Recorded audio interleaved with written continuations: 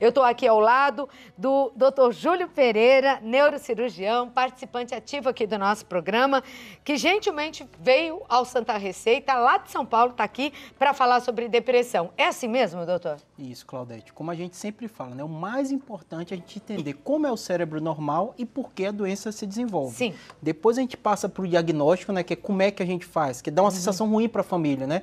Tanta gente ao redor dá uma sensação de culpa, né? Porque eu não percebi, né? O que é que está acontecendo, E né? pode atingir até crianças, né? Pessoas até mais jovens que a Yasmin, não é? Isso. E que o próprio Whindersson, que é novinho aí. E é curioso isso, porque assim, o nosso cérebro é o sistema mais complexo que a gente tem conhecimento e só nos últimos 20 anos que a gente começou a entender como funciona. Então, antigamente havia uma mistura, né? Doença espiritual, é falta de Deus, é falta de amor, é falta da família, mas não, é uma doença física. Da mesma forma que a pessoa pode infartar, pode quebrar uma perna, pode ter um problema gastrointestinal, ela pode ter depressão. A depressão já foi até considerada frescura? Não, hoje ainda quando a gente conversa com as pessoas, a gente percebe, né? Que as pessoas não entendem e falam, mas por que tem depressão? É tão rico? Por que tem depressão? É tão famoso, ou então né? fala, tem depressão, querida, vai lá, lava um tanque de roupa para você ver como some. Com certeza. E não é nada E acha disso, que é coisa de gente rica, né? A gente sabe que não. De não ter o né? que fazer. Perfeito, né? Eu trouxe algumas ilustrações para a gente entender como o cérebro funciona. Quer ir lá? Vai lá, doutor.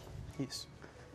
Para você entender o cérebro, que não tem, e por que acontece a depressão, Perfeito. né? Então, o que acontece, Claudete? O que mudou nos últimos anos? Hoje a gente consegue fazer exames que a gente chama de ressonância.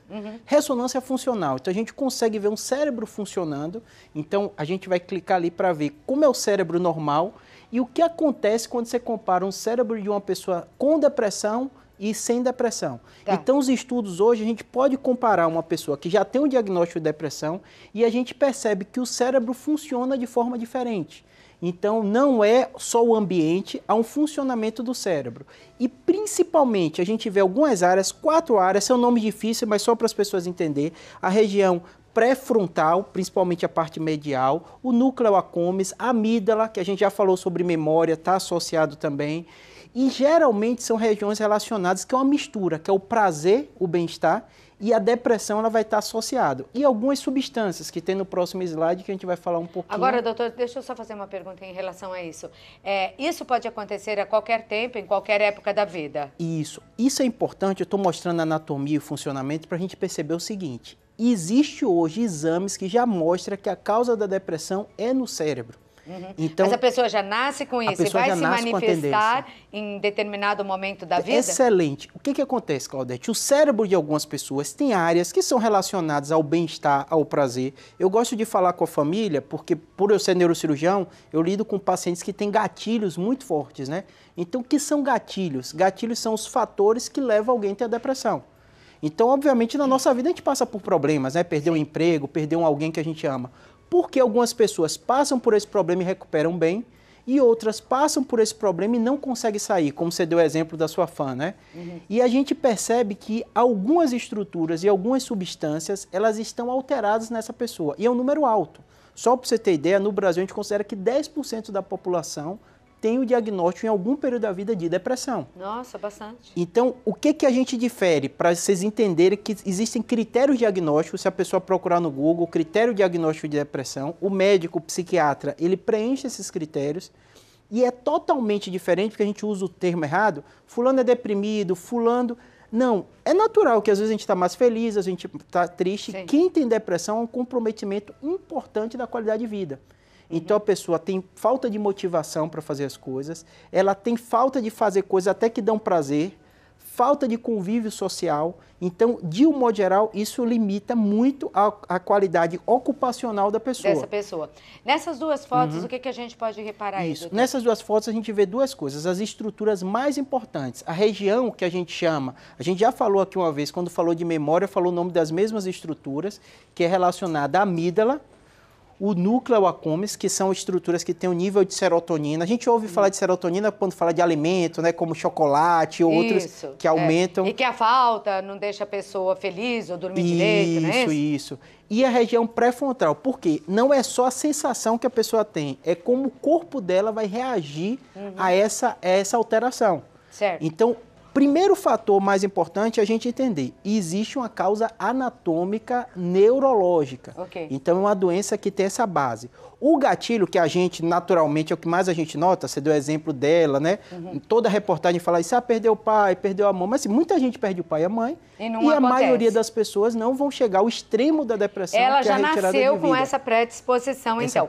É genético? É genético. A gente sabe que tem um fator genético e tem um fator ambiental. Eu vou voltar aí para a gente falar agora do diagnóstico, tá bom, né? Vamos falar um pouco disso, que tem perguntas também aqui, depois a gente vai fazendo.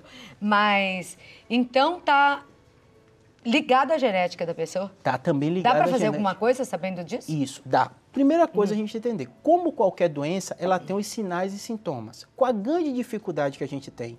Sinal e sintoma que a pessoa não anda, que o braço ficou parado, como a gente conta aqui na neurocirurgia, é muito simples. Fatores comportamentais, às vezes, a gente não percebe. Passa desapercebido pela família, né? Por quê? Porque a pessoa tem que verbalizar. Então, como eu sou neurocirurgião, Claudete, eu lido com doenças que são gatilhos importantes. Certo. Ou você tem um parente com câncer, isso é forte para você. Certo. Ou você tem um diagnóstico de um câncer, isso também é muito forte.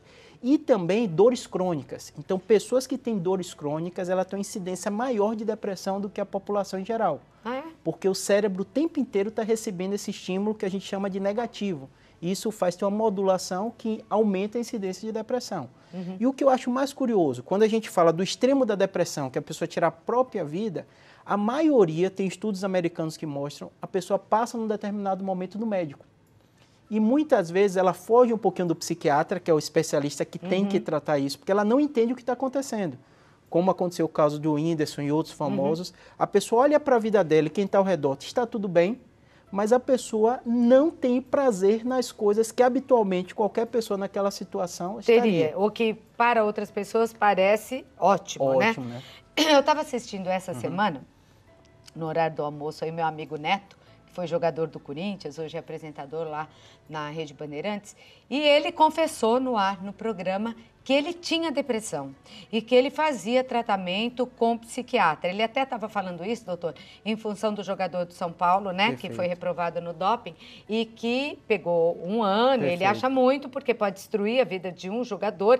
E aí, outros jogadores comentando, disseram que essa coisa de você, de repente, sai de uma situação muito ruim de vida, de uma favela, de um bairro pobre, né, sem nada, e passa a ter muito dinheiro, a morar em castelos, mansões, ter os carros que quer, as mulheres que quer, tudo que quer de uma maneira tão fácil, pode levar ao uso de drogas, o que levaria à depressão, porque esse jogador de São Paulo disse que o uso das drogas foi motivo de depressão.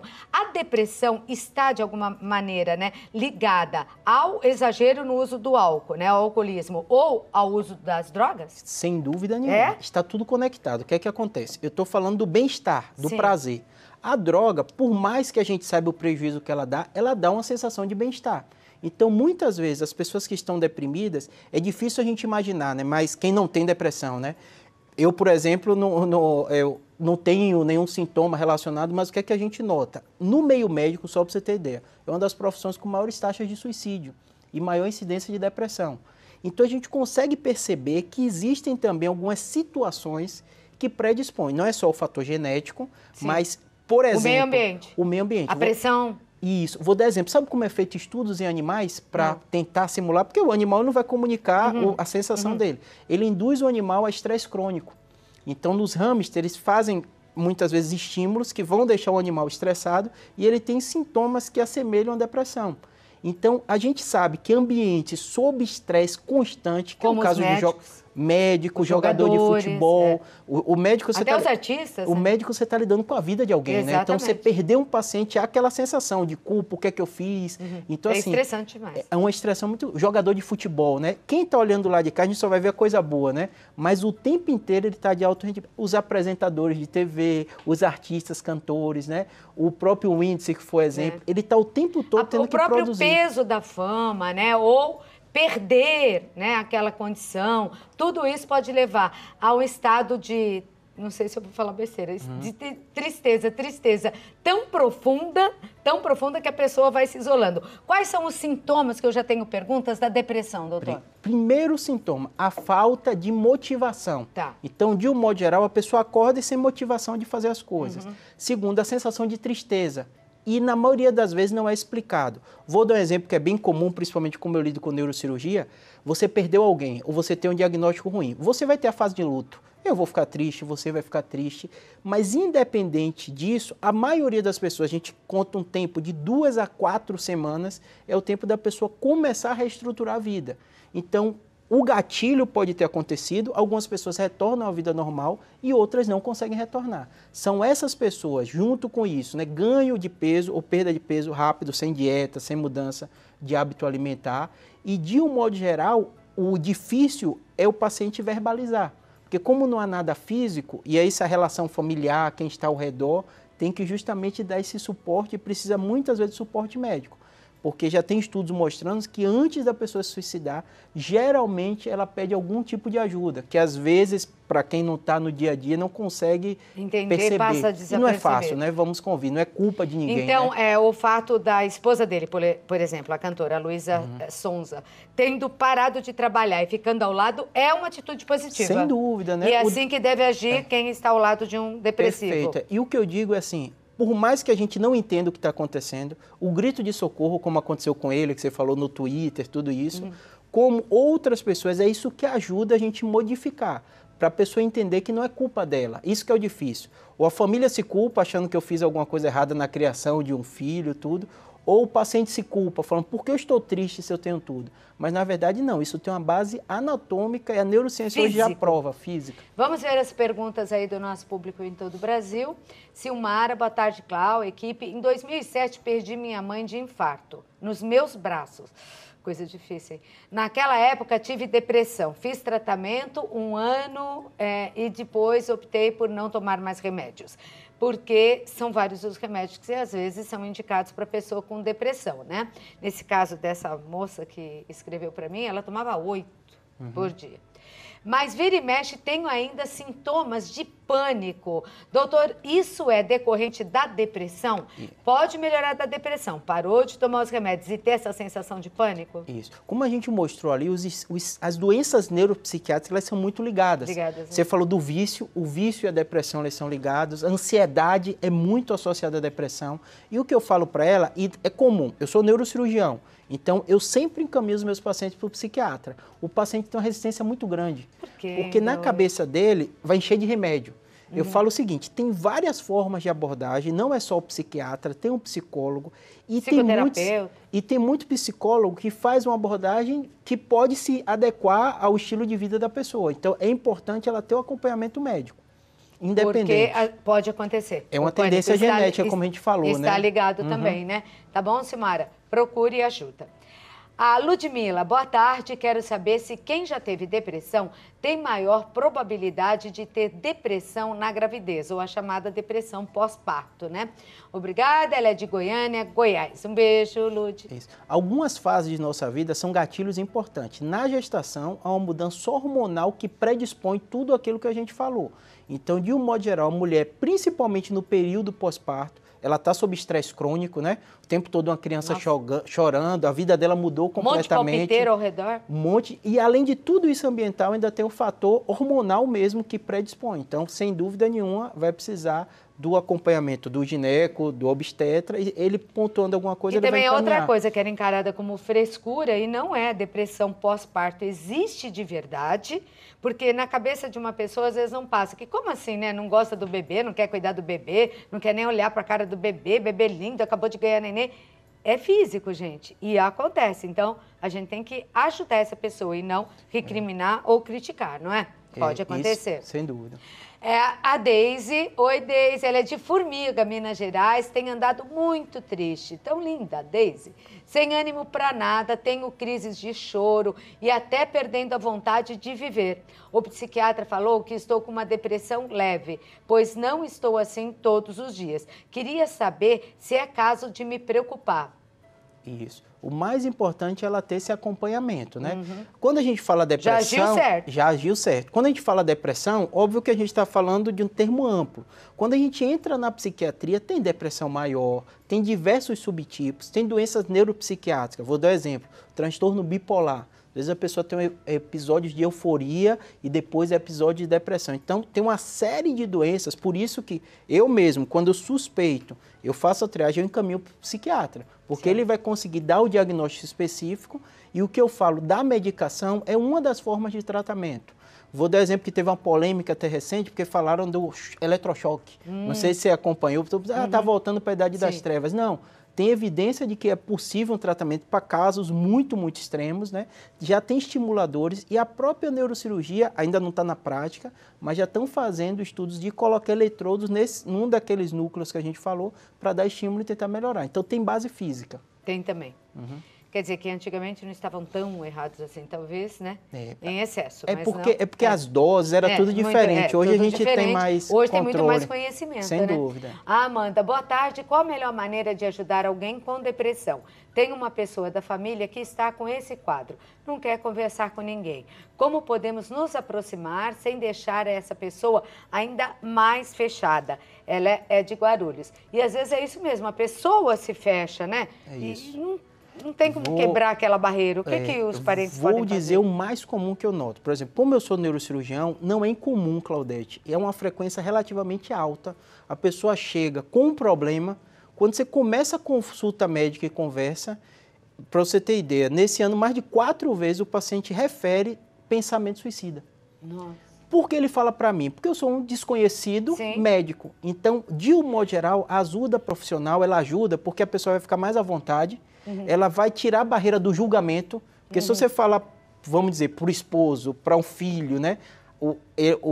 A pessoa que está deprimida, ela não quer deixar o outro culpado, né? Então, de um modo geral, ela tenta esconder isso, né? Porque ela fica naquela sensação, e por que né? que essa vontade normalmente passa pela cabeça da pessoa que tem depressão? Sendo ela criança, jovem ou adulto? Quem não tem não consegue entender, mas o que é que acontece? O cérebro da pessoa está modificado de base anatômica, que ela não tem as sensações de prazer, que é o que motiva a nossa vida, né? Da gente estar aqui, de eu vir de lá de São Paulo, estar aqui com você, da gente conversar. Tem motivação? Ela não tem. Então é difícil da gente que não tem depressão entender, mas você imagine a pior situação que você já passou na sua vida, aquela sensação que você fala não tem solução, mas depois você se recuperou, a pessoa tem aquela sensação todos os dias. Para sempre, todos os dias. Então, de modo geral, como é que a Amanda vai poder ajudar essa pessoa? Eu acredito que é o profissional. A ajuda profissional... Se ela conseguir levar uma ajuda profissional. Pode ajudar. E conversar, porque muitas vezes a gente não conversar e a pessoa às vezes ela quer referir. Né? Você deu 2 exemplos de pessoas que foram no público falar.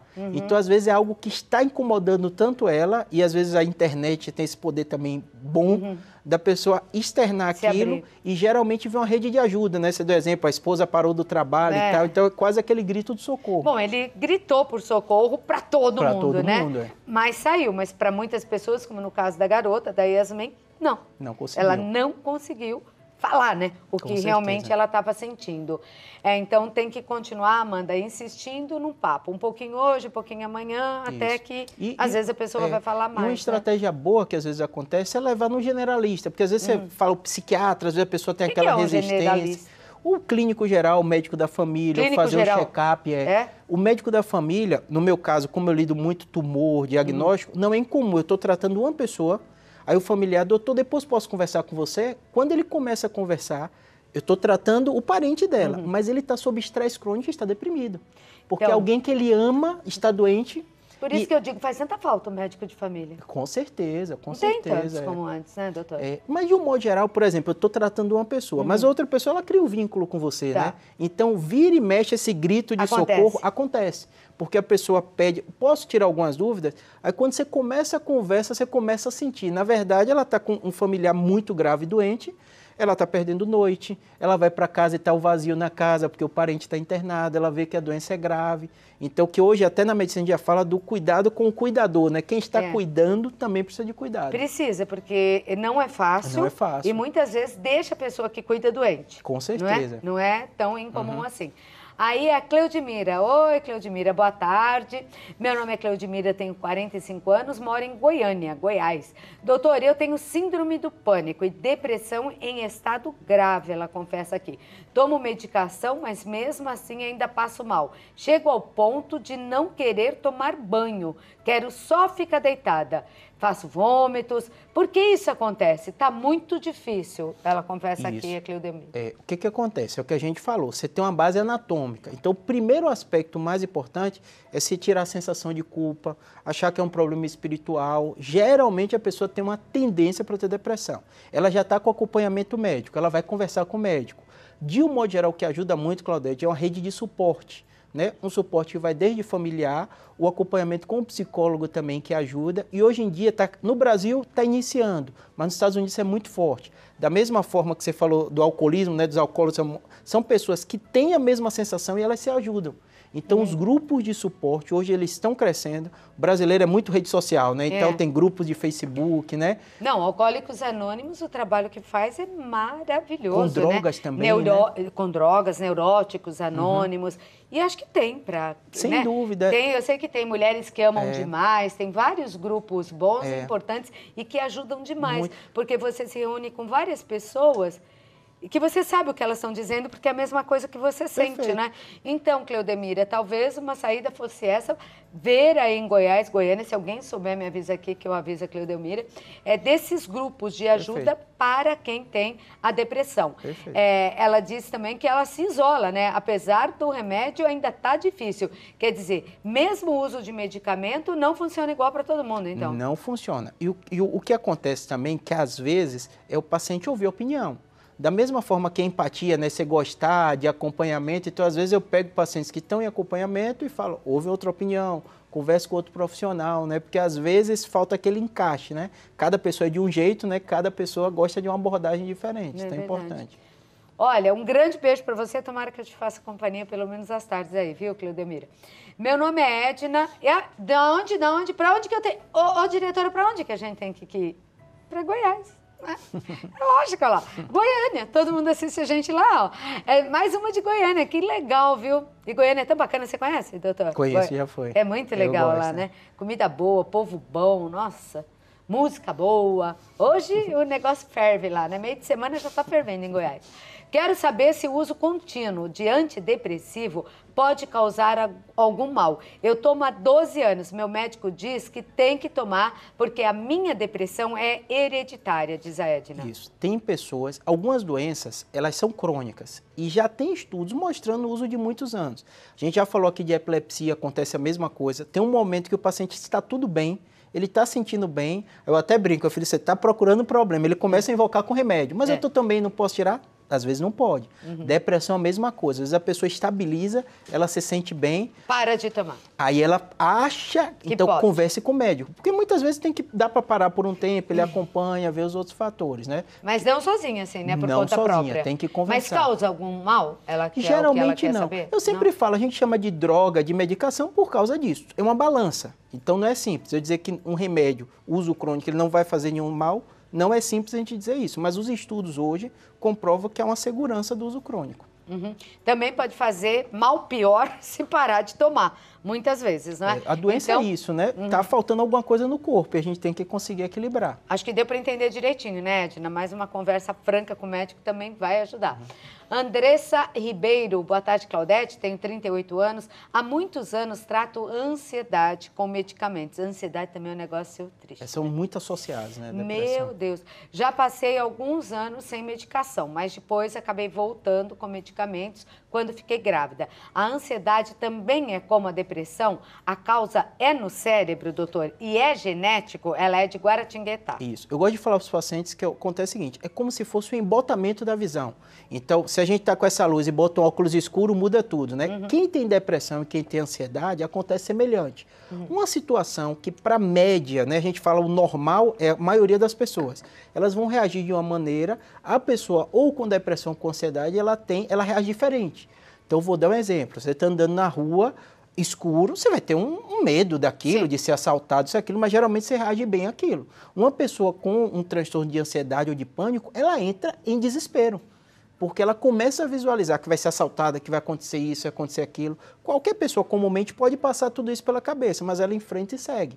Então a pessoa com ansiedade, da mesma forma que a gente falou com depressão, ela vai ter que lidar medicamentoso, vai ter o acompanhamento psicoterápico, porque tem que criar estratégias para seguir a vida dela, né? E a causa também é física? A causa é física. Todo esse sistema que eu falei para a depressão, ele serve para a ansiedade, que a gente chama que é o sistema do ganho, do bem-estar, né? Então você faz uma coisa, você sente um bem-estar. Às vezes uma pessoa que está deprimida, ela não está sentindo esse bem-estar, ela busca na droga, que quimicamente a droga age e ela sente um bem-estar. Às vezes a gente tem tabu de falar de droga, mas assim, quem usa droga, ela vai sentir o bem-estar. A cocaína, não é à toa que elas porque fazem se fosse sucesso. ruim, ninguém ficava viciado. Ninguém ficava né? viciado. Mas o importante é isso, quer dizer, é que é uma coisa física que leva a isso. Perfeito. E uma coisa leva a outra. Olha como tem que ser tratado. E cronicamente isso vai levar a um prejuízo. Então a média das pessoas vai dizer, se eu usar isso, eu vou sentir o bem-estar, mas vai dar um prejuízo grande. E a pessoa acaba, e quem às vezes está deprimido, a sensação é tão ruim o tempo inteiro. É a mesma coisa quando a gente fala do suicídio, né? Você tirar a própria vida. Poucos animais fazem isso, né? Mas às vezes a pessoa que está deprimida, ela não consegue ver saída. O viciado em uso de drogas também, ele não consegue, o mal-estar é tão grande que às vezes ele busca isso. Por isso que tem que ter esse apoio conjunto, tanto médico, medicamentoso, terápico também. Terapia. E numa era em que as pessoas estão mais ligadas em aparelhos eletrônicos do que nos olhos da pessoa que está ao lado, fica mais difícil ainda, né, doutor? Sem dúvida. Quer dizer, perceber seu filho, conversar, sentar, conversar, não é? Olho no olho mesmo, isso daí é que faz com que você talvez consiga perceber que está precisando de ajuda, independente da idade. Isso é tão forte, Claudete, você deu exemplo de youtubers, tudo isso, que na geração hoje em dia é tudo muito imediato, né? E até no próprio, os youtubers no mundo teve uma incidência alta de depressão. E a própria plataforma foi discutir por que estava acontecendo. Porque você fez, você vê o resultado, como seu programa, né? Você fez, vê Ibope, né? Então, o tempo todo, a pessoa é como se tivesse esse estresse crônico que a gente falou o tempo inteiro. Então, por isso que a gente tem que sempre se controlar, né? Tem um momento, tem um problema, tem que pedir ajuda, né? Por isso que eu dou graças a Deus estar na TV Aparecida, viu, doutor? Porque aquele minuto a minuto estava me deixando louca em São Paulo. Não é fácil, você pensa que é fácil? Não é fácil, não. Você tem um diretor na tua orelha, um minuto a minuto lá, caiu, faz alguma coisa, estamos caindo, levanta a audiência, vai lá, faz... Nossa, gente, é um estresse, o apresentador de televisão sofre muito de depressão também devido a isso, viu? Doutor, eu queria agradecer e queria saber se você quer deixar mais algum ponto aí para as pessoas que estão deprimidas em casa e para aqueles que podem, né, de alguma forma ajudar quem está. Isso. A mensagem que eu queria deixar, eu sou neurocirurgião, né? Então não é meu dia a dia tratar a pessoa com depressão, né? Mas o mais importante da mensagem é entender que é algo físico, né? Então, geralmente, quem tem depressão vai ter uma tendência que é genética, que é ambiental também, e o mais importante é pedir ajuda. Não tente resolver seu problema sozinho, não imagine que é culpa de você, quem está do lado também familiar não é culpa sua, é porque a pessoa tem uma doença que muda essa parte do neurotransmissor e a ajuda, sim, medicação já tem hoje e a grande maioria das pessoas vão recuperar disso, né? Isso é o mais importante para deixar de mensagem. Obrida, doutor Júlio. Eu conversei aqui com o doutor Júlio Pereira, ele que é médico lá da Beneficência Portuguesa e também no Sírio-Libanês, em São Paulo, e que está presente aqui na nossa programação, sempre, é do time Santa Receita, como eu gosto de dizer.